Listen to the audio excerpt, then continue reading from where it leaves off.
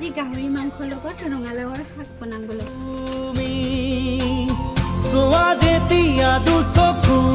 তুলি মোৰ আকাশ ভাঙিলামে বিজুলি ৰ'দে হাঁহে ফুল ফুলে কথা ক'লে তুমি চুলেই যে বসন্ত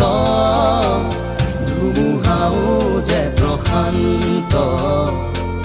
তোমাৰ মাজতে দিগন্ত সৃষ্টিৰ অপৰূপ অনন্ত